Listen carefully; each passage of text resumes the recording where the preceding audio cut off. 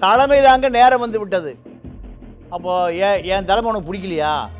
என்னை தூக்கி ஓரமாக போட்டு நீ முதலமைச்சர் ஆக போறியா? யாருக்கு? விஜய்க்கு திமுகவுக்கு ஒரு எதிர்ப்பை பதிவு செய்ய வேண்டிய தேவை இருக்கு. ஒரு தேர்தலுக்கு ஒரு மாதத்திற்கு முன்பு கூட உருவான கட்சியில் இருக்கு. ஜெயலலிதா இருக்கும்போது ஒரு அச்சுறுத்தல் கொடுத்தாங்க அந்த அம்மா. அப்போ அவர் எதிர்த்து அரசியல் பண்ணலை. ஜெயலலிதாவுக்கு பின்னாடி இப்போ எடப்பாடி வந்துட்டார். எடப்பாடிக்கும் விஜய்க்கும் இப்போ ஒரு பெரிய கான்ட்ரவர்சி இல்லை.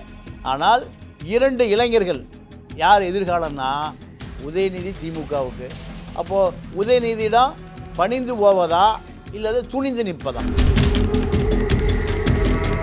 கிளாமர் யாரும் இல்லை. இப்போது எல்லாருமே 60 வயசு தான். இப்போ திருமாவளவனுக்கு 60 வயசு, அன்புமணி இருக்கார். 2 பேர் தான் இப்போது கிளாமர் லீடர்ஸ், விஜய், உதயநிதி. இதுதான் இப்போது நிலைமை. ஆனால் இந்த நிலைமையை விஜய் தாக்கு பிடிப்பாரா? அது ஒரு பெரிய $1 மில்லியன் கணக்கான கேள்வி. என்ன காரணம்னா விஜய்க்கு அதிரடி அரசியல் தெரியாது. கொடநாடுக்கு முன்னாடியே தமிழ்நாடு மீடியா பூரா அங்கே வர வச்சுருக்கணும். தம்பாநாடு மெட்ராஸ்லேருந்து வர சொன்னாங்க. சென்னையிலேருந்து வர்றேன், கோயம்புத்தூர் விமானத்தில் இறங்கி அங்கேருந்து கொடநாடுக்கு வர்றேன். நான் வர சொல்லி என்னை சந்திக்க மறுக்குது. அந்த அம்மா எனக்கு தான் முதலமைச்சர், உனக்கு தான் முதலமைச்சர், எல்லாத்துக்கும் தான் முதலமைச்சர். நான் நடிகனாக அவ்வளோ சாதாரண பரிச்சையாக வர்றேன். எனக்கு அந்த அம்மா அப்பாயின்மெண்ட் கொடுத்தது, என்னை சந்திப்பதற்காக அனுமதி கொடுத்துட்டு அந்த அனுமதி ரத்து பண்ணிடுச்சு. நான் வாசல் நிற்கிறேன் அப்படின்னா அந்த அம்மா வாசலுக்கு வந்திருக்கோம். நான் 75 வருஷ கட்சி திமுக, 50 வருஷ கட்சி அதிமுக. இவருக்கு வயசே 49. எப்படி நீங்கள் எப்படி அரசியல் பண்ண போகிறீங்க? அதிமுக திமுகவில் ஒரு கிளை செயலாளர் மாவட்ட செயலாளர் மாதிரி இருப்பான். யார் மாதிரி இருப்பான்? மாவட்ட செயலாளர் மாதிரி இருப்பான். ஒரு இனோவா கார் வச்சுருப்பான், இப்போ ஒரு 10 அடியால் வச்சுருப்பான், ஒரு பார் நடத்துவான், ஒரு ரீல்ஸ் பண்ணுவான். திமுக அதிமுகவுடைய அங்கீகரிக்கப்படாத தொழில். போலீஸ் ஸ்டேஷனில் கண்ட்ரோல் வச்சுருப்பான். இப்போ எவனா கேட்டால் வெளியில் உதவிடும்.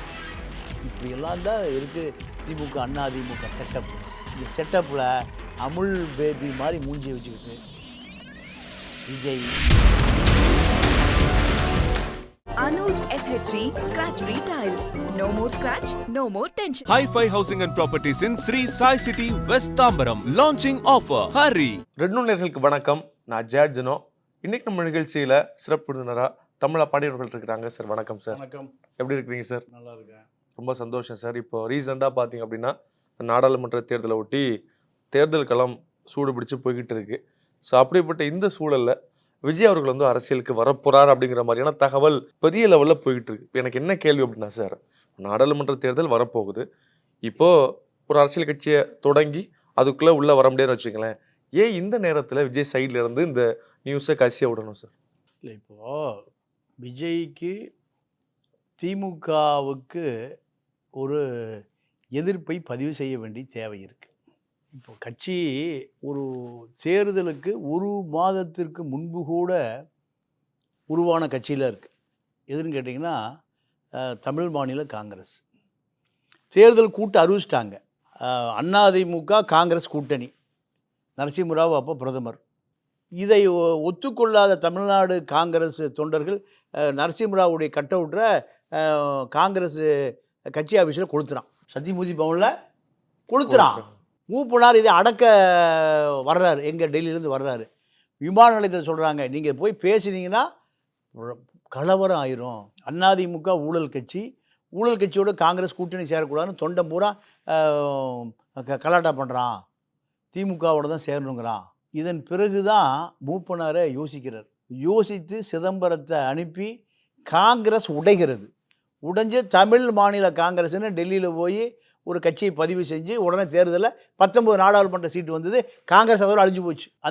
அந்த காலகட்டத்தில் தான் ஐக்கிய குஜரால் பிரதமரானார், மூப்பனார் பிரதமராவதை கருணாநிதி தடுத்தார், தேவகவுடா பிரதமரானார். இப்படியெல்லாம் காரணம். அப்போது காலம் இருக்குது. இருந்தாலுமே விஜயை பொறுத்தவரை திமுகவுக்கு ஒரு அச்சுறுத்தலை கொடுக்கணும். திமுக தான் ஆரம்பத்திலேருந்து விஜய்க்கு அச்சுறுத்தல் கொடுத்துட்ருக்கு.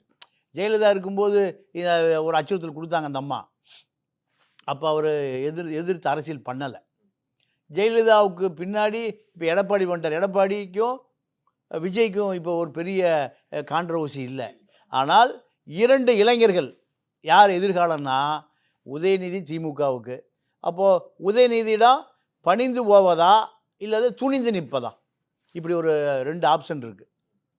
என்ன காரணம் கேட்டிங்கன்னா, ஜெயலலிதா இருக்கும்போது விஜய்க்கு கடுமையான நம்ம நெருக்கடி கொடுத்தது. தலைவான்னு ஒரு படம். அந்த படத்தில் வந்து தலைப்பு என்னன்னு கேட்டிங்கன்னா, டைம் டு லீட் அப்படிங்கிற அந்த வார்த்தை தலைமை தாங்க நேரம் வந்து விட்டது. அப்போது என் தலைமை உனக்கு பிடிக்கலையா, என்னை தூக்கி ஓரமாக போட்டு நீ முதலமைச்சர் ஆக போறியா, யாருக்கு, ஜெயலலிதாவுக்கு உண்டான கேள்வி. உடனே அவர் பார்த்துக்கிறேன். நீங்கள் அந்த படத்துக்கு வந்து நலத்திட்ட உதவி தாம்பரத்து பக்கத்தில் ஒரு காலேஜில் பந்தலுக்கு போலீஸ் பர்மிஷன் கொடுத்துருச்சு. தென் மாவட்டத்தில் விஜய் ரசிகர்லாம் வரப்போகிறான். உடனே என்ன பண்ணுச்சுன்னா, பந்தலுக்கெல்லாம் போட்டு யாரோ 30, 40, 50 லட்ச ரூபா செலவு, எல்லாம் ரெடி. அன்னைக்கு காலையில் 6 மணிக்கு போய் விஜய் கூட தட்டி ஃபங்க்ஷன் க்ளோஸ். காவல்துறை அனுமதி இல்லை, சட்டம் ஒழுங்கு கெட்டு போயிடும், க்ளோஸ். ஒன்றுமே பண்ண முடியல. ஒரு 20, 30 லட்ச ரூபா செலவு பண்ணி போட்ட பந்தல் பிரிக்கப்பட்ட, எல்லாம் வேஸ்ட்டு தான், அலங்காரம் எல்லாம் முடிஞ்சு போச்சு. அப்போ அந்த அம்மா இருக்கும்போது இதுதான் நிலவரம். கண்டிப்பாக சார். அப்போ அதே போல் இப்போ அந்த அம்மா இல்லை, அதிமுகவும் இல்லை. இப்போ யார் இவருக்கு வில்லனாரு, டிஎம்கே.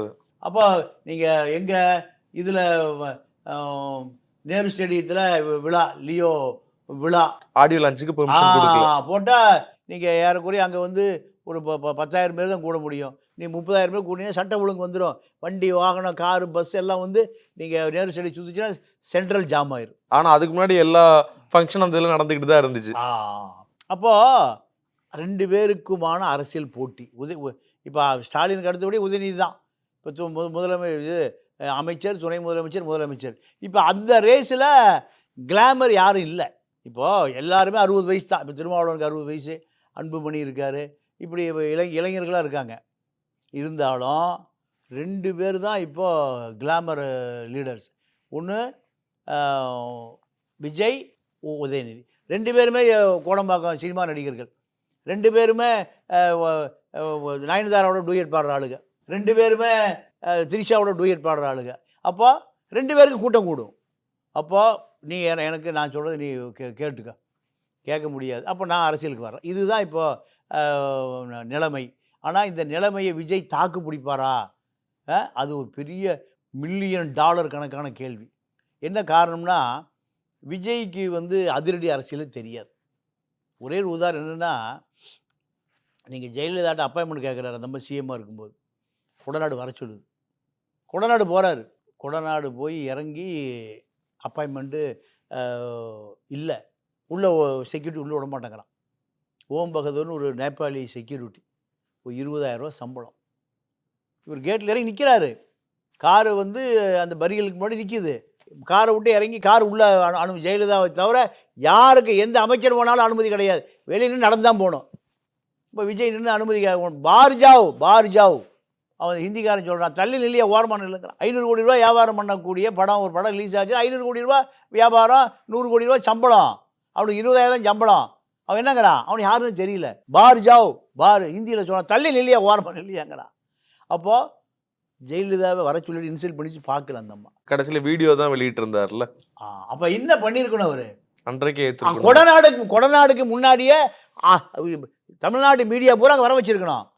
தம்பாநாடு மெட்ராஸ்லேருந்து வர சொன்னாங்க. சென்னையிலேருந்து வர்றேன், கோயம்புத்தூர் வந்து விமானத்தில் இறங்கி அங்கேருந்து கொடநாடுக்கு வர்றேன், நான் வர சொல்லி என்னை சந்திக்க மறுக்குது. அந்த அம்மா எனக்கு தான் முதலமைச்சர், உனக்கு தான் முதலமைச்சர், எல்லாத்துக்கும் தான் முதலமைச்சர். நான் வந்து நடிகனாக அவ்வளோ சாதாரண பிரஜையாக வர்றேன். எனக்கு அந்த அம்மா அப்பாயின்மெண்ட் கொடுத்தது, என்னை சந்திப்பதற்காக அனுமதி கொடுத்துட்டு அந்த அனுமதி ரத்து பண்ணிடுச்சு. நான் வாசல் நிற்கிறேன் அப்படின்னா அந்த அம்மா வாசலுக்கு வந்திருக்கோம். யார்? ஜெயலலிதா வாசலுக்கு வந்திருக்கோம். அப்போ நீங்கள் அரசியல் பண்ண தெரியல.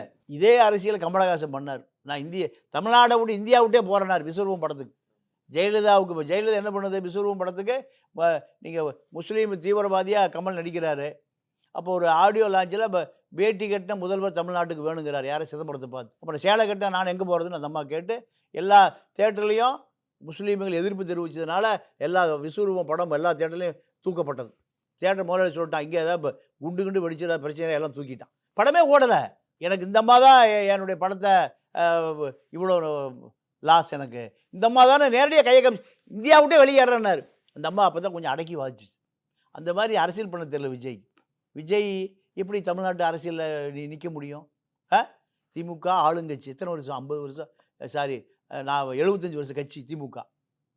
50 வருஷம் கட்சி அதிமுக. இவருக்கு வயசே 49. எப்படி நீங்கள் எப்படி அரசியல் பண்ண போகிறீங்க? இல்லை சார், மாற்றம் வேணும்னு மக்கள் நினைக்கலையா? இல்லை, மக்கள் மாற்ற வேணும்னா நீங்கள் என்ன அரசியல் கட்சி ஆரம்பிக்கிறேன்னு இன்னைக்கு வரைக்கும் நீங்கள் ஆரம்பிக்கலையே. ரஜினி இப்படி தான் கதை விட்டுட்டே இருக்கார் சினிமா ஓட்டுறதுக்கு. மக்கள் அது அப்படி தானே பார்க்குறான். ரஜினி எதை சொன்னாலும் மக்கள் நம்ப மாட்டான். ஏன்? படத்தை விற்கிற காத்தாய் நீ அரசியல் ஏமாத்துறீன்னு முடிவு பண்ணிட்டான். அதே நிலைமை பாதி நிலைமை விஜய்க்கு. சரி சரி, இப்போ விஜய் வந்து இப்போ அரசியலுக்கு கிட்டத்தட்ட வரப்போகிற ஒரு செய்தி இருக்குது. இப்போ வரணும் அப்படின்னா சில ப்ரொசீஜர்ஸ் இருக்குல்ல சார். ஏன்னா February 4 கூட அவங்களுடைய குழுல இருந்து டெல்லிக்கு போய் இந்த பேர் பதிவு பண்ணுறது, இந்த சிம்பிள் எம்ப்ளாய்மெண்ட் இதெல்லாம் கேட்கணும்னு சொல்லியிருக்கிறாங்க. என்ன சார் அதில் பேசிக்காக என்ன சார் பண்ண வேண்டியிருக்கும்? தேர்தல் ஆணையம் அங்கீகரிப்பதற்கு நீங்கள் குறைந்தபட்சம் ஒரு 25 பேர் வருமான வரி கட்டியவர்கள், தலைவர், செயலாளர், துணை பொதுச் செயலாளர், பொருளாளர், இப்படி ஒரு லிஸ்ட்டு நாம்ஸ் வச்சுருக்கான் எலெக்ஷன் கமிஷன். இன்கம் டேக்ஸ் அவங்க இந்திய குடிமகனாக இருக்கணும். குறைந்தபட்சம் வருமான வரி கட்டியிருக்கணும். எந்த விதமான கிரிமினல் கேஸு இருக்கக்கூடாது. எந்த வழக்கும் நிலுவையில் இருக்கக்கூடாது. இது குறைந்தபட்சம். இந்த நாம்ஸை கொடுத்தா தேர்தல் ஆணையம் யார் வேணால் கட்சி நடத்திக்கலாம். ஏறக்குறைய ஒரு 1000க்கு மேற்பட்ட கட்சி இருக்குது. இப்படி நின்று தேர்தலை சந்திக்கணும். தேர்தலை சந்தித்தா உங்களுக்கு சுயேட்சை சின்னம் தான் கொடுப்பான். அண்டா, குண்டா, சட்டி, விளக்கு, டப்பா கிப்பா கொடுப்பான். இதில் நீங்கள் 4% வாக்கை வாங்கி நிரூபிச்சிட்டிங்கன்னா நீங்கள் தேவையான சின்னத்தை கொடுத்துருவான். இப்போது சீமானுக்கு விவசாயி வச்சு கரும்பு வச்சுருப்பார், 6% ஓட்டு இருக்குன்னு நிரூபிச்சிட்டாரு. அதனால் அதே சின்னம் எல்லாத்துக்கும் கொடுத்துட்டான். இதுக்கப்புறம் வர தேர்தலில் கூட அதே சிம்பிள் தான். நீங்கள் 6% மெயின்டைன் பண்ணிகிட்டே இருக்கணும். அது 2 கூடாது. சிபிஐக்கே அந்த கதிர் அறிவால் இல்லாமல் போச்சு. அப்புறம் போராடி எங்களை காமிச்சு இப்போ அதை தக்க வச்சிட்ருக்காங்க. இதுதான் தேர்தல் கமிஷனை பொறுத்த வரைக்கும். ஆனால் விஜய் தேர்தலை சந்திப்பதற்கு பல போராட்டங்கள் நடத்தணும். எப்படின்னா, இந்த தேர்தல் நாடாளுமன்ற தேர்தல் மிக எளிதாக இருக்காது. நாடாளுமன்ற தேர்தலுக்கு வருவாரா? இல்லை, வருவதாக செய்திகள் கசி விடப்படுது. டெல்லிக்கு போகிறோம், கட்சி பதிவு பண்ணுறோம் அப்படின்னு. அப்போ அதற்கான முயற்சியில் இருக்கிறாங்கன்னு தான் நம்ம எடுத்துக்க வேண்டியதாக இருக்குது. நான் 100% கட்சி ஆரம்பிக்க மாட்டேன்னு நான் சொல்லிட்டு இருக்கேன். இப்போ கூட ஒரு கட்சி ஆரம்பிக்க மாட்டாருன்னு நீங்கள் நினைக்கிறீங்க? ஆமாம் ஆமாம் ஆமாம். ஏன்னா அரசியலுக்கு வந்துட்டாருன்னா சினிமா கேரியர் முடிஞ்சு போச்சு. சினிமாவும் ஓடாது, அரசியலும் ஓடாது. சார், இப்போ கமல்ஹாசன் அவர்களுக்கு விக்ரம் படம்லாம் ஓடிச்சு, அடுத்து இப்போ இந்தியன் 2 பெரிய சம்பளம் வாங்கி நல்லா தானே சார் அவர் ஓடிட்டுருக்கு. கமலஹாசனை பொறுத்த வரைக்கும் கமலஹாசன் நீங்கள் களத்தூர் கண்ணம்மாலேருந்து சினிமாவில் இருக்கார். எத்தனை வயசில்? 7 வயசுலேருந்து இருக்கார். நீங்கள் அவருக்கு ஒரு ட்ரேடு பதிஞ்சு போச்சு. ஒரு கமலஹாசனுக்கு போட்டி இன்னொரு கமலஹாசன் தான். ரஜினியுடைய சினிமா எப்படின்னு கேட்டிங்கன்னா, அது வந்து ஒரு என்டர்டெயின்மெண்ட் சினிமா. கமலஹாசனை பொறுத்த வரைக்கும் ஒரு கேரக்டர் ஆர்டிஸ்ட். சரியா? கமலஹாசன் தவிர வேறு யாருமே இல்லை. ஆனால் விஜய் அப்படி இல்லை. விஜய் ஒரு கேரக்டர் ஆர்டிஸ்ட் இல்லை, அவர் ஒரு என்டர்டெயின்மெண்ட் நடிகர் தான். சரி, அப்படி பார்த்தா கூட அவர் எம்ஜிஆருடைய பாணியை ஃபாலோ பண்ணுற ஒரு ஹீரோ நம்ம எடுத்துக்க முடியாதா? இல்லை, எம்ஜிஆருக்கு நல்ல அருமையான கேள்வி கேட்டீங்க. என் கடமைன்னு ஒரு படம் எடுக்கிறாரு எம்ஜிஆர். எம்ஜிஆர் தமிழ்நாட்டினுடைய அடையாளம். ஆனால் அந்த படம் ஓடலை. ஏன் ஓடலைன்னு தெரியுமா? அண்ணா என் வழிகாட்டி காமராஜன் தலைவன்ட்டார், முடிஞ்சு போச்சு. ஓடலைங்க. அப்போ வந்து திமுக பீக்கில் இருக்குது. நீ காமராஜர் அப்போ காங்கிரஸை ஒழிக்கணும்னு தான் திமுக ஆரம்பிச்சது. அவர் அண்ணாவையும் பகிச்சிக்கல, காமராஜையும் பகிச்சிக்கல. சொன்ன பிறகு படம் பிளாப்பு. உடனே பார்த்தாரு, ஓ தப்பு பண்ணிட்டோம் அப்படின்னு. அண்ணாவை போய் பார்க்கணுங்கிற அண்ணா டெல்லியிலேருந்து அப்புறம் அண்ணா எப்பவுமே ரயிலில் தான் வருவார், விமானத்தில் வரமாட்டார். ஏன்னா நிறைய புக்கு படிப்பார் அண்ணா. அப்போ ரயிலை விட்டு இறங்கி சென்ட்ரலுக்கு வரும்போது சென்ட்ரலுக்கே போகிறார் எம்ஜிஆர். போய் அண்ணாவை பார்க்குறாரு. அண்ணாவை பார்த்து மாலை கீழே சால்வைகளை போட்டு நீங்கள் ரிசீவ் பண்ணி அந்த படம் செய்தியாகுது. அதுக்கு பிறகு தான் எம்ஜிஆர் படம் ஓடுது. என்ன காரணம் கேட்டிங்கன்னா, அரசியலை சினிமாவோடு கலந்து பார்த்த இயக்கம் திராவிட இயக்கம். அதுக்கு பின்னாடி பார்த்தீங்கன்னா எம்ஜிஆர் எல்லா படத்துலையும் திமுக கொடி பறக்கும். எம்ஜிஆர் இப்போ எல்லா படத்துலையும் பாட்டு வரும். அச்சம் என்பது மடமையடா, அஞ்சாமை திராவிட உடமையடான்னு. நீங்கள் அரசியல் சினிமா 2 மிக்ஸ் பண்ணியே கொடுத்தார். அதனால் எம்ஜிஆர் படம் ஓடிச்சு. நீங்கள் எம்ஜிஆர் திரைப்பட நடிகனாக மட்டும் பார்க்கல, அரசியல் தலைவனாகவும் பார்த்தான். அதனால தான் அந்த ஆள் முதலமைச்சராக முடிஞ்சது. விஜய் நாடாளுமன்ற தேர்தலுக்கு ஒரு வேளை வர மாதிரியான தகவல் நீங்க சொன்னீங்க, கட்சி விடப்படுதுன்னு. அப்ப என்ன மாதிரியான எதிர்ப்புகள் அவரு திமுக வந்து 75 வருஷ கட்சி. 75 வருஷத்தில் நீங்கள் ஏறக்குறைய ஒரு 15 தேர்தலை சந்திச்சிருக்கு, எம்பி தேர்தலை. இதில் குறைந்தபட்சம் ஒரு 39, 15 ஒரு முன்னாள் இந்நாள் எம்பிகள் ஒரு 1000 பேர் இருப்பாங்க. இந்த பக்கம் அதிமுக 72ல் ஆரம்பிக்கப்பட்ட 77 ஆளுங்கட்சி ஆயிடுச்சு. முதல்ல மாயத்தேவர் எம்பி 73ல் ஜெயிச்சார். அது பார்த்தீங்கன்னா ஒரு 10 தேர்தலை சந்திச்சிருச்சு. ஒரு முறை குறைஞ்சது ஒரு ஆவரேஜ் 20 பேர் போட்டால நீங்கள் இப்போ 10, 15, 50 வருஷத்தில் ஒரு 1000, 2000 பேர் முன்னாள் இந்நாள் எம்பி இருப்பான். இப்படி ஒரு 2 பேருக்குமான ஒரு பெரிய அடையாளம் இருக்குது. இது வந்து இமயமலை, இது ஆல்ப்ஸ் மலை, நடுவில் அண்ணாமலை இருக்கார். அண்ணாமலை கட்சி ஆளுங்கட்சி டெல்லியில். திமுக அதிமுக பயப்படுது. 20 கட்சி கூட்டணி நான் வச்சுருக்கேங்கிறார். சசிகலா, டிடிவி தினகரன், பாமக, தேமுதிக, கிருஷ்ணசாமி, ஜான் பாண்டியன், பச்சைமுத்து, ஏசி சண்முகம், இப்படி அவர் இவர் வாசன் இவர் வச்சுருக்காரு. இவர் புதுசாக இப்போ தான் கிரவுண்டில் இறங்கியிருக்கார். இவங்கெல்லாம் கிரவுண்டில் என்ன பண்ணிகிட்டு இருக்காங்க? விளையாண்டுட்டு இருக்காங்க. எல்லாம் பஸ்கீஸ், தண்டால் கிண்டால், வெயிட் லிஃப்ட்லாம் அடிச்சிட்டு இருக்காங்க. இவர் இப்போ தான் களத்தில் இறங்கி பார்க்குறாரு, எதை தூக்கலாம், எதை விளையாடலான்னு. நீங்கள் பூத்து கமிட்டி கூட போடுறதுக்கு ஆள் இல்லை. பூத்து கமிட்டி கூட போடுறதுக்கு அதிமுக திமுகவில் ஒரு கிளை செயலாளர் மாவட்ட செயலாளர் மாதிரி இருப்பான். யார் மாதிரி இருப்பான்? மாவட்ட செயலாளர் மாதிரி இருப்பான். ஒரு இனோவா கார் வச்சுருப்பான், இப்போ ஒரு 10 அடியாள் வச்சுருப்பான், ஒரு பார் நடத்துவான், ஒரு ரியல் எஸ்டேட் பண்ணுவான். திமுக அதிமுகவுடைய அங்கீகரிக்கப்படாத தொழில். போலீஸ் ஸ்டேஷனில் கண்ட்ரோலில் வச்சுருப்பான். ஆளுங்கட்சி திமுக வந்து போலீஸ் இன்ஸ்பெக்டர்லாம் உள்ள வந்து பிடிக்க முடியாது. இன்றைக்கி வரைக்கும் இருக்கு.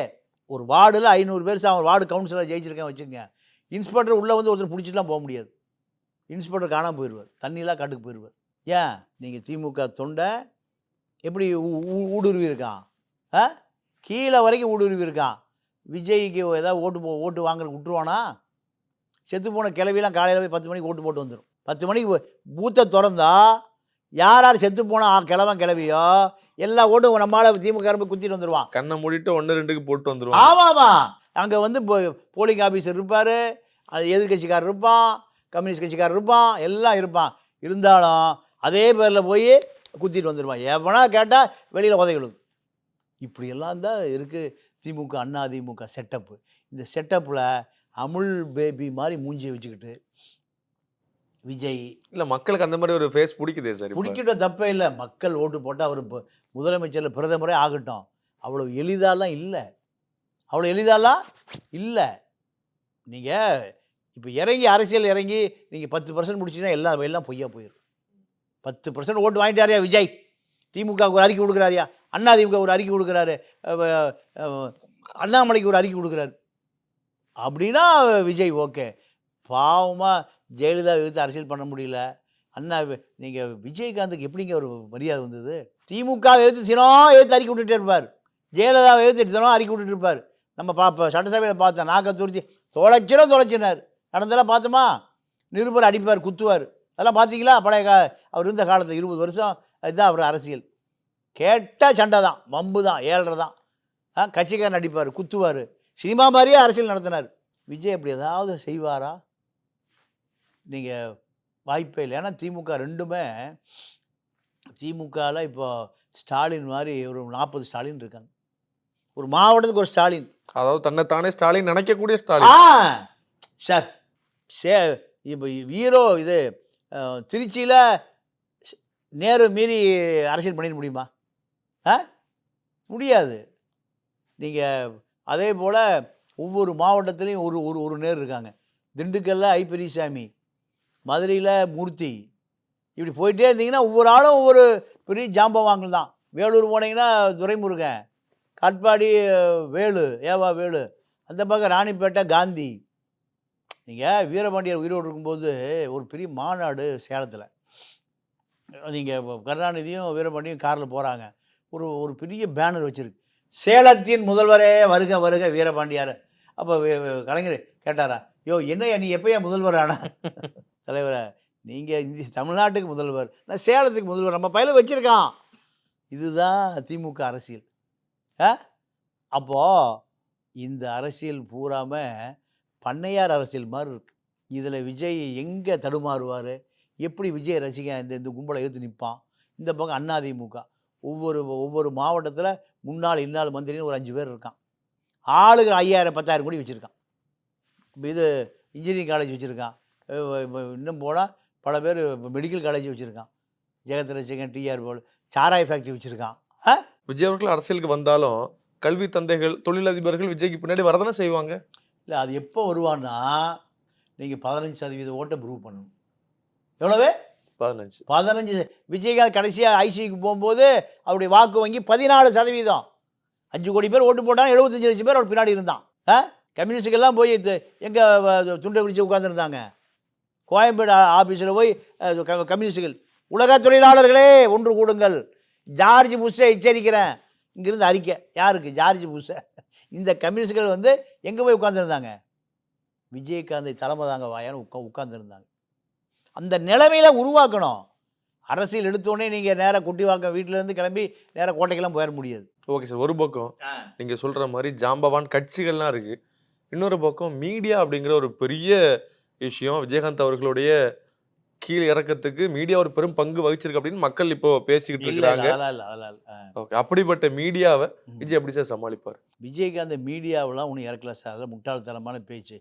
அவர் என்ன சோஷியல் மீடியா இல்லை, அதெல்லாம் வாய்ப்பே இல்லை. மீம்ஸ்லாம் போட்டாங்க. இல்லை அதெல்லாம் இல்லை சார். நம்ம இதெல்லாம் லைவாக பார்த்தோம். விஜயகாந்தே பல தடவை நேரில் பார்த்தோம். அதாவது ஜெயலலிதாவோட 2011 கூட்டு சேர்ந்தார்.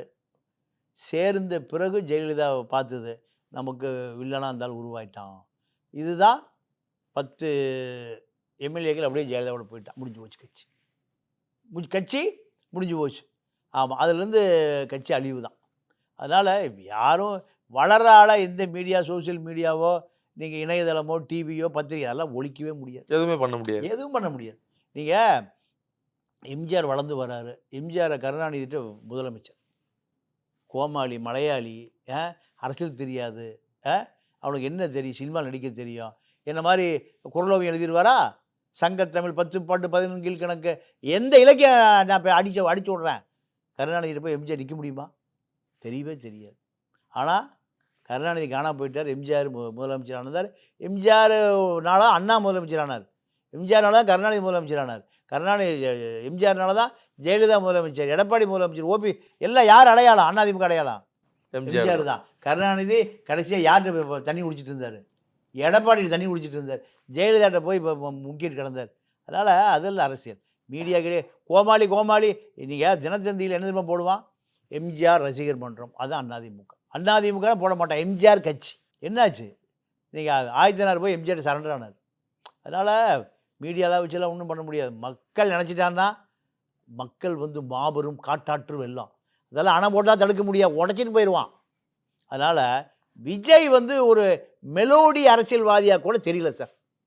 தமிழ்நாடு களம் அப்படி இல்லை. தமிழ்நாடு கழகம் விஜய் கதவை நாக்க துருத்தணும், சட்டை தொலைச்சிரும், வெளியே தூக்கி போட்டு அடிப்பாங்கணும். அப்படி தான் அரசியல். இல்லை சார், மக்களுக்கு வந்து இந்த மாதிரி ஒரு மென்மையான தலைவர் தேவை இல்லையா? இப்போ வேலை இல்லை சார். சினிமாவுக்கு வேணால் மென்மையான ஆள் இருக்கலாமே தவிர அரசியலுக்கு மென்மையான ஆள் தேவையில்லை. அரசியல் என்பது கடினமானது. அரசியல் என்பது ஆயுத போராட்டத்துக்கு இணையானது சார். அது சிரித்து கொண்டே சமாளிக்கிற ஒரு வாய்ப்பே இல்லை. கோயில் பூசாரியாக வேணால் இருக்கலாம். எல்லாத்தையும் வந்து பொறுமையாக இருந்து கேட்டு கடவுளுக்கு பணி செய்யக்கூடியவர் யார்? கோயில் பூசாரி தான், கோயில் ஐயர் தான். சண்டைக்கே போக மாட்டார், கோபப்பட மாட்டார். போய் பெருமா கோயிலில் பூஜை பண்ணலாம். அதான். ஆனால் அரசியல் பண்ண முடியும். அரசியல் என்பது ரத்தம் தோய்ந்த வரலாறு.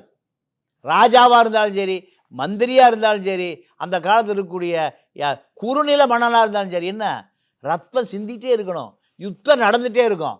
இப்போ இதெல்லாம் இல்லை. இப்போ வில்லு, வாள், அம்பு, கத்தி, கப்படாலாம் இல்லை. ஆனால் என்ன சொற்போர் நடந்துகிட்டே இருக்குது. நீங்கள் அரசியலுக்கு மட்டும் விஜய் டிக்ளேர் பண்ணிட்டு சார், எத்தனை அறிக்கை வருதுன்னு பாருங்கள். விஜய் கண்டிச்சு திமுகலேருந்து வரும், அதிமுகலேருந்து வரும், பாமகலேருந்து வரும், சிறுத்தையிலேருந்து வரும், வேலுமுருகன்லேருந்து வரும், கொங்கு எல்லாம் புரண்டிடுவாங்க. நாம் தமிழர் கட்சியிலேருந்து வராதோ? எல்லா கட்சியிலேருந்து வரும். அவரு தம்பி என் கூட சேர்ந்துக்குவார். நான் அதாவது நாம் தமிழர் அதிகாரத்துக்கு வரக்கு தம்பி ஒத்துழைப்பு. அவரே முதலமைச்சர் ஆகணும்னு விரும்புகிறார். அவரே இவருக்கு ஒத்துழைப்பார்.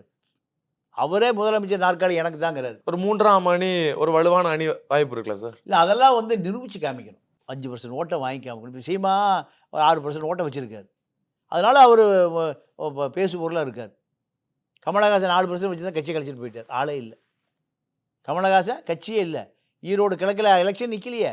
என்ன காரணம்? முடிஞ்சு போச்சு. அவர் சினிமாக்காரன், அவ்வளோதான். அதை தாண்டி பார்க்கல. சிவாஜியே கட்சி நடத்த முடியலையே. தமிழக முன்னேற்ற முன்னணி ஒரு கட்சி வச்சுருந்தார். 20 MP அடிச்சிடலான்னு தமிழ்நாடு முழுக்க பிரச்சாரம் பண்ணார். பிரச்சாரம் முடிஞ்சு கடைசியாக தஞ்சாவூர் டிஸ்ட்ரிக்ட்லேருந்து இப்போ பிரச்சனை முடிச்சுட்டு சூரக்கோட்டை சொந்த பண்ண வீடு இருக்கிற அங்கே வந்து எல்லாம் நிறுத்தி ஒரு டீ கடையில் நிறுத்தினார். 4:30 5 மணிக்கு தேர்தல் பிரச்சாரத்தை முடிக்கணும். 4:45 எல்லாம் முடிச்சிட்டாரு. முடிச்சாப்பா கட்சிக்கார 10-20 கார் போகுது. ஒரு அவுட்டரில் ஒரு பெரிய டீ கடை. எல்லாரும் டீ கொடுப்பா. டீ கடையில் வந்து உட்கார்றாரு. டீயை வாங்கி குடிக்கிறாரு. டீ கடைக்காரன் கூப்பிடுறாரு. யாருக்கு ஓட்டு போடுவேன்? அவன் சொல்கிறான், ஐயா மன்னிச்சுங்க, நான் உங்கள் ரசிகர். உங்கள் படம் வந்தால் ஆளாக பார்த்துருவேன். ஓட்டு ரெட்டலைக்கு தான் போடுவேன். நான் எம்ஜிஆர் தாயே போடுவேன். டீயை பாதியில் வச்சுட்டார் சிவாஜி. என்னடா சொல்கிறாங்கிற? ஆமையா, நான் உங்கள் படம் வந்தால் ஆளாக பார்த்துருவேன். முதல் நாள் பார்த்துருவேன் ஐயா. ஆனால் ஓட்டு நான் எப்போவுமே எதுக்கு போடுவேன்? ரெட்டை இலைக்கு தான் போடுவேன். அப்செட் ஆகிட்டார். அதோட டேய் இந்த அரசியலே வேண்டான்டான்னு அன்னைக்கு போனவர் தான். அது மாதிரி அரசியல் என்பது அண்ணா சொல்கிறது போல தான். இப்போ அது ஒரு மலர் கிரீடம் அல்ல. என்ன கிரீடம்? முள் கிரீடம். முள் கிரீடம். இப்போ தமிழ்நாடை பொறுத்த வரைக்கும் கொள்கை அப்படிங்கிறத மக்கள் நிறைய பேர் பார்க்குறாங்க. இப்போ தமிழ்நாட்டில் பெரும்பாலும் இருக்கிறது திராவிட கொள்கை ஒன்று. அப்புறம் வலதுசாரி சிந்தனை இப்போ பெருசாக போயிட்டுருக்கு. தமிழ் தேசியத்தை கூட நிறைய பேர் ஆதரித்து பண்ணுறாங்க. அவர் எந்த தேசியத்தை இல்லாட்டி எந்த கொள்கையை முன்னிறுத்தினா மக்கள் மத்தியில் கொஞ்சம் நம்பிக்கைத்தன்மையை ஏற்படுத்தும்? இல்லை, அவருக்கு ஒரு அடையாளமே இல்லையே. விஜயை பொறுத்த வரைக்கும் நீங்கள் சினிமா கலைஞனை தாண்டி அவரை வந்து கம்யூனிஸ்டாகவும் பார்க்க முடியல, ஒரு திராவிடிஸ்டாகவும் பார்க்க முடியல, ஒரு பிஜேபிஸ்டாகவும் பார்க்க முடியல, சங்கியாகவும் பார்க்க முடியல, தமிழ் தேசிய அரசியல்வாதியாகவும் பார்க்க முடியல. தமிழ் தேசியத்துக்கு ஈழத்துக்கெல்லாம் குரல் கொடுத்துருக்காரு. தன்னோட ரசிகர்கள் மூலமாக போராட்டம்லாம் பண்ணிக்கிட்டு இருந்தார். இல்லை, அது அவர் முழு முகம் இல்லையே. நீங்கள் எல்லாரும் தான் பண்ணுறாங்க. கிருஷ்ணசாமி தான் பண்ணுறாரு. நீங்கள் எல்லா நடிகரும் தான் பண்ணுறாங்க. நம்ம டி ராஜேந்திரன் தான் பண்ணார். நீங்கள் முழு அடையாளம் இல்லையா? விஜய் பார்க்கும்போது இந்த விஷயம் இப்போ சீமான் எடுத்து பார்த்தா என்ன எப்படி வருது? ஈழ போராட்டம் பிரபாரம் வருது, ரைட்டு. திருமாவளவனை பார்த்தா ஒரு தலித் தலைவர், 3 லட்சம் பேர் கூட்டினார். கூட்டி சொன்னார், நான் பாஜக பாமக இல்லாத கூட்டணி தான் என் கூட்டணி, 2 பேரும் எதிர்ப்பையா, நான் தலித் மக்களுடைய தலைவர்னார். அவருக்கு அடையாளம் இருக்கா? ஸ்டாலினையும் அவர் மகனை உதயநிதி பார்த்து என்ன தெரியுது? திராவிட தெரியுது. பிஜேபி அண்ணாமலை பார்த்தா ஒரு இந்துத்துவ அடையாளம் தெரியுது. பாலகிருஷ்ணன் பார்த்தா கம்யூனிஸ்டாக தெரியுது. கொங்கு இளைஞரணி இவரை பார்த்தா கவுண்டர் கம்யூனிட்டியாக தெரியுது. பாமக பார்த்தா வன்னியர் அடையாளம் தெரியுது. இப்போ ஒவ்வொருத்துக்கு ஒரு அடையாளம் இருக்குது. சரி, அது வந்து ஒரு லாபம் தானே. சரி, இப்போ இவங்கெல்லாம் ஒரு அடையாளத்துக்குள்ளே வந்துட்டாங்க. இப்போ இவர் எந்த அடையாளத்துக்குள்ளும் இல்லை அப்படின்னா எல்லா தரப்பு மக்களையும் ஒரு கவர்றதுக்கான வாய்ப்பு இருக்குல்ல சார்? இல்லை, நீங்கள் அடையாளம் இருந்தாலும் முன்னாடி வரமாட்டான். ஒன்றுமே இல்லை, பொதுவாக எப்படி வருவான்? உங்களுக்கான விஜயகாந்த் அவர்களுக்கு அப்படித்தானே, எந்த அடையாளமும் அவர் மேல இல்ல. விஜயகாந்த் அவர்களுக்கு இந்த மாதிரி எந்த பூசலும் அவர் மேல இல்ல. பொதுவான தலைவரா இருந்தாரு, ஒரு வாக்கு எல்லாத்தையும் பெற்றார். இல்லை, அவரை பொறுத்த வரைக்கும் திமுக அண்ணா திமுக மாற்றா மக்கள் முதலமைச்சர் வேட்பாளராக பார்த்தோம். திமுகவும் வேண்டாம், அண்ணா திமுக வேண்டாம், நீ ஒரு மாற்று தலைவர்னு பார்த்தான். அந்த இமேஜ் அவருக்கு இருந்தது. 2 பேரும் ஊழல். நான் வந்து யாரோடய கூட்டணி கிடையாது, கடவுளோடும் மக்களோடும் கூட்டணினார். அதை வர ரசித்தா மக்கள். 2 திமுக அண்ணா திமுக 2 ஊழல் கட்சி. நீங்கள் அதுதான் விஜயகாந்தை முதலமைச்சர் கேண்டிடேட்டாக பார்த்தா 6% எடுத்தோடனே ஓட்டு போட்டான். 2000 கவுன்சிலர் வந்தான். எப்படி? திமுக அண்ணா திமுக எதிர்த்து தான் வந்தான். அப்போது அவருக்கு என்ன அடையாளம் இருந்தது? கருணாநிதி ஜெயலலிதா 2 பேர் இல்லையா, இவன் தான் என் தலைவன் அப்படின்னு பார்த்தான். ஆனால் நீங்கள் ஜெயலலிதா முதலமைச்சர் ஆகிறதுக்கு ஓட்டு கேட்டோடனே உங்களை மறந்துட்டான். அதான காரணம். விஜயகாந்தோடைய வீழ்ச்சி எங்கே ஆரம்பிச்சது? கூட்டணி போட உங்களை முதலமைச்சராக பார்க்குறான். விஜயகாந்தா முதலமைச்சர், அண்ணா ஜெயலலிதா கிடையாது, கருணாநிதி கிடையாது, 2 ஊழலியா, நீங்கள் தான் முதலமைச்சர்னா ஓட்டு போட்டான். ஓட்டு போட்டு இவர் ஜெயலலிதா முதலமைச்சர் ஆகிறதுக்கு கூட்டணி சேர்ந்தார். கதை முடிஞ்சுது. அப்போது இங்கே களம் எப்படின்னா, திமுக அண்ணா திமுக மாற்றா மக்கள் இன்னும் ஒரு ஆளை தேடுறான். சீமானுக்கு 6% வர்றதுக்கு காரணமே அதுதான். திமுகவுடைய கூட்டணி சேரல, அண்ணா திமுக கூட்டணி சேரல, தனியாக நிற்கிறாரு. அப்போ உங்களுடைய அடையாளம் என்ன? சரி, இப்போ அவர் உள்ளே வந்தால் 2 தேசிய கட்சிகளும் அவருக்கு மேலே ஒரு சின்ன சாஃப்ட் கார்னர் வச்சிருக்கிறாங்க, ஒரு ஆதரவு கொடுப்பாங்க அப்படின்னு சொல்லப்படுது. பாஜகவும் ஒருவேளை பாஜக இயக்குது பி டீம் அப்படின்லாம் சில பேர் சொல்றாங்க. அதே மாதிரி அவர் ராகுல் காந்தி கூட கொஞ்சம் க்ளோஸா இருக்காரு. தேசிய கட்சி இன்னொன்னு காங்கிரஸுக்கும் இப்போ இருக்கிற கட்சிகள் கூட ரொம்ப ஒண்ணும் பெருசா இணக்கம் இல்ல. ஒரு தேர்தலுக்காக தான் கூட்டணியா இருக்கிறாங்களே தவிர ஒரு இணக்கம் இல்ல. ஸோ இந்த 2 தேசிய கட்சிகள் கூட அவர் ஒரு வேளை ஒரு கூட்டணியா போனா அது ஒரு மாற்றத்தை உண்டாக்குமா? பிஜேபியோடு சேர்ந்தால் கட்சி கட்சி கலைச்சிட வேண்டியது தான். இங்கே பிஜேபி எதிர்ப்பு அரசியல் தான் தமிழ்நாட்டில். காங்கிரஸ் காமராஜராலேயே காப்பாற்ற முடியல. தேசிய கட்சி அடையாளமெல்லாம் அழிஞ்சு போய் எத்தனை வருஷம் ஆச்சு? 50 வருஷம் ஆச்சு. 50 வருஷம், அரை நூற்றாண்டு காலம் ஆகிப்போச்சு. இங்கே திராவிடத்துக்கு மாற்றாக தமிழ் தேசிய அரசியல். ஈழ போராட்டம் வந்தது இல்லை, காவிரி பிரச்சனை, கச்சத்தீவு பிரச்சனை, முல்லைத்தீவு முல்லை பெரியார் பிரச்சனை, பாலாற்று பிரச்சனை எல்லாம் இப்போ எது நிற்குது? தமிழ் தேசியத்துக்கு ஒரு தலைவன் கிடைப்பானா? அதுதான் மக்கள் விரும்புகிறான். இவருக்கு தமிழ் தேசியத்தை பற்றி ஏதாவது 1% 1% தெரியுமானா தெரியல. இப்போ களம் வந்து தமிழ் தேசிய களம் தான். இந்தியா பூரா அதான் சார் களம். மம்தா பானர்ஜி என்ன சொல்லிடுச்சு? இந்தியா வேண்டாம், கூட்டணி வேண்டாம். நான் வந்து திரிணாமுல் காங்கிரஸ் என்ன பங்காளிக்கான அரசியல். அரவிந்த் கெஜ்ரிவால் சொல்லிட்டாரு, இந்தியா வேண்டாம், கூட்டணி வேண்டாம். நான் பஞ்சாபி அரசியல், நிதிஷ்குமார் பீகாருக்கான அரசியல். இப்படி மாநில அரசியல் தான். நீங்கள் இப்போ ஏன் தெலுங்கானா சந்திரசேகர தோத்தானி இப்போ என்ன காரணம் சொல்கிறாங்க தெரியுமா? அகில இந்திய பாரதிய சமிதின்னு ஆல் இண்டியா பார்ட்டி ஆக்குனார். தெலுங்கர் பூரா ஓட்டு போடாமல் விட்டான். தெலுங்கர் முன்னேற்ற கழகம்னா தெலுங்கர் பூரா ஓட்டு போடுவான். நீ அகில இந்திய பாரதினா அப்போ அங்கே இந்திக்காரன் ஓட்டு போடுவான் போன்னு விட்டான். இப்போ இதுதான் அரசியல். இப்போது இந்தியா முழுக்க இப்போ நீங்கள் மாநில கட்சிகள் தான் டாமினேஷன் பண்ணுது. இப்போ அதான் சீசனு. எப்போ ஒரு 20, 30, 40 வருஷமாக. அதற்கு முந்தைய ஆல் இண்டியா காங்கிரஸ் தான் அடையாளம். இப்போ அதெல்லாம் முடிஞ்சு போய் இப்போ மாநில கட்சிகள் தான் அதிகாரத்தை தீர்மானிக்குது. அப்போ விஜய்யுடைய தொலைநோக்கு பார்வை எங்கே இருக்குன்னே தெரியலையே. அடையாளம் இல்லை, கொள்கை இல்லை. தமிழ் தேசியமா, கம்யூனிசமா, சோசியலிசமா, இல்லை திராவிட இயக்கமா, இல்லை திராவிடம் ஆன்மீகங்கள் வந்து அதிமுகவா? விஜயகாந்த் சொல்வது போல் நீங்கள் திராவிட இயக்கத்துக்கு மாற்று கடவுளோடையும் மக்களோடையும் கூட்டணி, இப்படி எதுவுமே இல்லையே. விஜய் இது எனக்கு தெரிஞ்சு எவ்வளோ சார், 49 வயசாச்சு சார். ஏதாவது அதிரடி அரசியல் வந்து ஒரு வாரம் பேசுகிற மாதிரி எங்கே கேள்விப்பட்டிருக்கீங்களா? இல்லை. விஜயகாந்த் அறிக்கை வந்துன்னா 3 நாள் பேசுவான். எல்லா பத்திரிகையும் தலைப்பிச்சு இது அதுதான். டிவி டிபேட் ஒரு வாரம் அதுதான் ஓடும். சார் அவர் வெள்ளத்துக்கு வந்தார், மக்கள் உதவணும், எல்லாமே செய்தி ஆகுது சார். அவர் கையை காட்டினா கூட செய்தி தானே ஆகுது. அது எல்லாம் ஜென்ரலாக உள்ளது தான். அது நடிகனுக்கான இமேஜ். ஓகே. அரசியல்வாதிக்கான இமேஜ் என்ன? சரி சார், ஓகே. இப்போ நான் உதயநிதி கொளுத்தி போட்டார்ல, சனாதனத்தை எதிர்த்தே திருவண்ணார். ஆமாம், என்ன ஆச்சு? எத்தனை நாள் பரபரப்பு. இந்தியா கூட்டணியே உடஞ்சிருச்சுட்டான், ஆல் இண்டியா கூட்டணியை. இப்போ எவ்வளோ பெரிய டெப்தான தத்துவம் பாருங்க அது. நீங்கள் அவர் வயசு, இவர் வயசு தான், 2 பேர் 49 வயசு தான். அப்போது இது போன்ற கருத்துக்கள் தான் உங்களை மக்கள்கிட்ட கொண்டு போய் சேர்த்து. இப்போ நீங்கள் சொன்ன மாதிரி அவர் அரசியல் கட்சிக்கு இன்னும் வரலை. நீங்கள் உங்களுடைய பார்வைப்படி அவர் வராமல் கூட போகலாம். ஆனால் ஒருவேளை அவர் அரசியல் கட்சியை தொடங்கி அவர் வந்து ஒரு தேர்தலை சந்திக்கிறார் அப்படின்னா எந்த மாதிரியான ஒரு கூட்டணி அவரை ஒரு ஒரு ஒரு வேல்யூபிளான ஒரு பிளேஸ் கொண்டு போகும்? இல்லை, கூட்டணியில் யாரும் சேர மாட்டாங்க. கூட்டணியில் வாய்ப்பே இல்லை. சொந்தமாக தான் களம் இறங்கி நீங்கள் அவர் ஒரு முதல் ரவுண்டுலேயே பாண்டிச்சேரி உட்பட 40 தொகுதிகளில் 5% வாக்கு வாங்கி நிரூபிக்கணும். முதல் ரவுண்டுலேயே 5 கோடி பேர் ஓட்டு போடுவான். 25 லட்சம் பேர் என்னுடைய ரசிகர்கள். 25% ஓட்டு காமிச்சிட்டா எல்லோரும் விஜய் வீட்டுக்கு போக ஆரம்பிச்சிடுவான். கம்யூனிஸ்ட் கட்சி கிளம்பிடுவான், விஜய் வீட்டுக்கு போடுவான், விஜயகாந்த் வீட்டுக்கு போன மாதிரி. எல்லாமே ரைட்டு. 5 அடுத்து 10,000. 10னா நீங்கள் அவன் 5 கோடி பேரில் 10னா 50 லட்சம் பேர் ஓட்டு போட்டுருவான். விஜய்க்கு வயசு இருக்குது, 49 வயசு தான். அன்புமணிக்கு 60 வயசு தான். திருமாவளவனுக்கு 60 வயசு தான். உதயநிதிக்கு 49, 50 வயசு தான். சீமானுக்கு அந்த வயசு தான். சீமானுக்கு அந்த வயசு தான். இப்போ இந்த கூட்டணி தான் எதிர்கால கூட்டணி. விஜய் கூட்டிகிட்டு போனால் கூட்டம் சேரும். விஜய் கூட்டிகிட்டு போனால் கூட்டம் சேரும். அப்போது உன் கூட்டணி, ஏன் கூட்டணி எங்கே இழுத்து விஜய் தலைமையில் நம்ம ஒரு மாற்றத்தை உருவாக்கலாம்.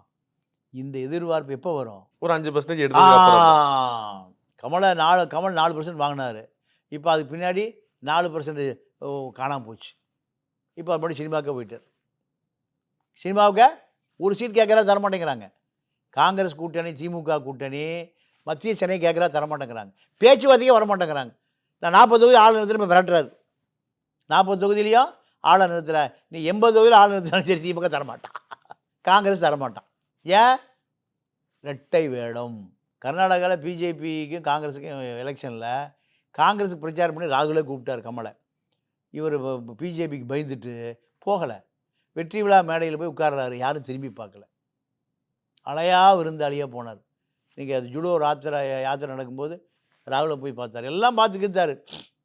இவர் எங்கே ஏறி இருக்கணும்? போய் கர்நாடகாவில் காங்கிரஸுக்கு பிரச்சாரம் பண்ணியிருந்தா இவர் நாடாளுமன்றது சீட்டு கன்ஃபார்ம் உறுதி. போகவே இல்லை. ஏன்? பிஜேபிக்கு பயந்துட்டு. அப்போ அரசியல் என்பது நீங்கள் ஏதோ ஒரு முடிவை தெளிவாக எடுத்து நட்டம் இல்லாமல் விளையாடணும். அது இல்லைன்னா நீங்கள் இவரை பொறுத்த வரைக்கும் ஒன்று கார்ப்பரேட் ஆளாக இருக்கார், கார்ப்பரேட் எதுக்குற மாதிரி இருக்கார். கொக்கோ கோலா விளம்பரத்தை எடுத்து அந்த கத்தி படத்தில் ஒழிச்சே தீர்வுங்கிறார். படம் முடிஞ்சோடனே போய் 1 கோடி ரூபாய்க்கு சம்பளம் வாங்கிட்டு கொக்கோ கோலா கம்பெனியில் நடிக்கிறார், விளம்பரத்தில் நடிக்கிறார். அது முன்னாடி சார், முன்னாடி நடிச்சுட்டு கத்தி 2வது படம் வருது. அப்போது உங்களுக்கான அடையாளமே இல்லையே. இன்றைக்கி ஒரு செய்தி ஒரு செகண்டில் போய் சேர்ந்துருது. நீங்கள் ஒரு செய்தி வந்துன்னா அது கீழே 1000 பேர் கமெண்ட் போடுறோம், 1000 பேர் கருத்து சொல்கிறான், 1000 பேர் பார்க்குறான். வயசான தாத்தாவும் பாட்டியுமே பொழுதுபோக்கில் இன்றைக்கி நேராக மோடிக்கு மெயில் அனுப்புகிறாங்க. நடக்குதா இல்லையா? இதில் அரசியல் என்பது நீங்கள் உங்களுக்கு ஒரு அடையாளத்தோடு வந்தால் தான் மக்கள் நம்புவான். போகிற போக்கில் நம்ப மாட்டான். அஜித் ரசிகர் மன்றத்தையே கலைச்சிட்டார் இல்லையே. இப்போ ரசிகர் மன்றம் உள்ள ஒரே ஆள் யார்? விஜய் தான். அதாவது நீங்கள் இவருக்கு ரஜினிக்கு ரசிகர் மன்றம் இல்லை, கமலுக்கு ரசிகர் மன்றம் இல்லை, யாருக்கு ரசிகர் மன்றம் இல்லை. ரசிகர் மன்றம் வச்சுருக்கிற ஒரே ஆள் இப்போ விஜய் தான். இந்த ரசிகர் மன்றம் எம்எல்ஏ ஆயிடுவானா, எம்பி ஆயிடுவானா? எம்ஜிஆர் ரசிகர் மன்றம் தான் எம்பி எம்எல்ஏ ஆனார். அது போன்ற எந்த தயாரிப்பும் இருப்பதாக தெரியவில்லை. அதனால் இந்த மக்கள்கிட்ட அழுத்தமாக ஒரு விஷயத்தை சொன்னால் தான் எலெக்ஷன் நிற்பான். கருணாநிதி ஊழல் ஊழல் ஊழல், இதான் எம்ஜிஆர் முதலமைச்சராச்சு. தெருவாக கத்தினார். 72 கட்சி ஆரம்பிச்சுட்டு கணக்கேட்டால் ஊழல் ஊழல், கருணாநிதி ஊழல் பண்ணுற ஊழல், இதுதான் எம்ஜிஆர் 5 வருஷம் முதலமைச்சராச்சு. அப்படி இது யாரையுமே சொல்லியே. கருணாநிதி ஊழல், இது ஸ்டாலின் ஊழல் சொல்லியிருக்காரா? இல்லை எடப்பாடி ஊழல் சொல்லியிருக்காரா? இல்லை டெல்லியில் ஊழல் பண்ண எதுவுமே இல்லையே. சும்மா நீங்கள் அமுல் பேபி மூஞ்சியை வச்சுட்டு இருந்தால் எப்படி முதலமைச்சராக மக்கள் ஓட்டு போடுவோம்? வாய்ப்பே இல்லை. அதனால் அரசியல் என்பது மிகப்பெரிய நெருப்பாறு, அதில் குதிச்சு தான் முதலமைச்சர் ஆகணும். ஜெயலலிதாவை எத்தனை அடி ஒத்த மிதி நடந்ததா இல்லையா? சட்டசபைக்குள்ள உண்டிலில் ஓடிலையா ஹைதராபாத்துக்குனாங்களா இல்லையா? திமுக என்ன அடி வாங்கினாலும் நான் முதலமைச்சர் உள்ள வருவேன்னு சொல்லி அந்த அம்மா கட்சியை கட்டமைச்சு முதலமைச்சராக வந்தது. கண்டிப்பாக. நன்றி சார். நன்றி, வணக்கம். Anuj SHG Scratch Retiles. No more scratch, no more tension. Hi-Fi Housing and Properties in Sri Sai City, West Tambaram. Launching offer. Hurry!